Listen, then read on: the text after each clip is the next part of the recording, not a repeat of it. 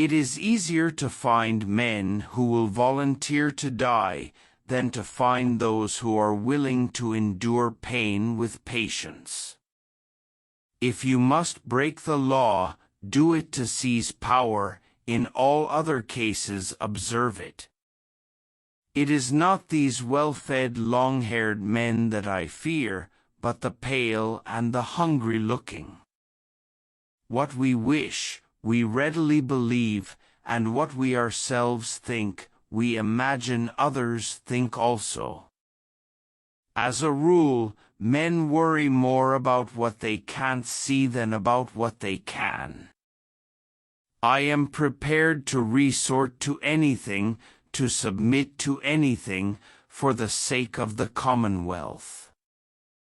During a few days' halt near Vicencio for the provision of corn and other supplies, a panic arose from inquiries made by our troops and remarks uttered by Gauls and traitors, who affirmed that the Germans were men of a mighty frame and an incredible valor and skill at arms. Fortune, which has a great deal of power in other matters, but especially in war, can bring about great changes in a situation through very slight forces. It was the wont of the immortal gods sometimes to grant prosperity and long impunity to men whose crimes they were minded to punish, in order that a complete reverse of fortune might make them suffer more bitterly. I have always reckoned the dignity of the Republic of first importance and preferable to life. I have lived long enough both in years and in accomplishments. I have lived long enough to satisfy both nature and glory. In war, events of importance are the result of trivial causes. In war, events of importance are the result of trivial causes. Without training, they lacked knowledge. Without knowledge, they lacked confidence. Without confidence, they lacked victory. If you must break the law, do it to seize power. In all other cases, observe it. The greatest enemy will hide in the last place you would ever look. In the end, it is impossible not to become what others believe you are. A coward dies 1,000 deaths, the gallant never taste of death but once. As a rule, what is out of sight disturbs men's minds more seriously than what they see.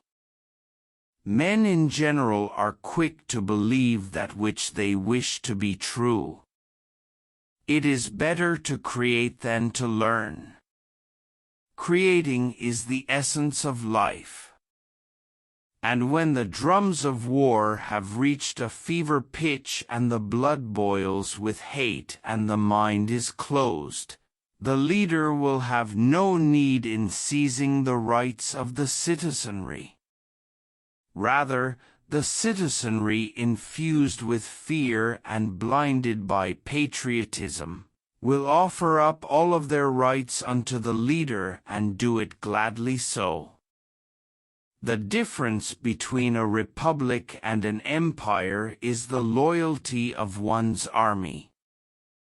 It is easier to find men who will volunteer to die than to find those who are willing to endure pain with patience. To win by strategy is no less the role of a general than to win by arms. What we wish, we readily believe, and what we ourselves think, we imagine others think also. As a rule, men worry more about what they can't see than about what they can. Our men must win or die.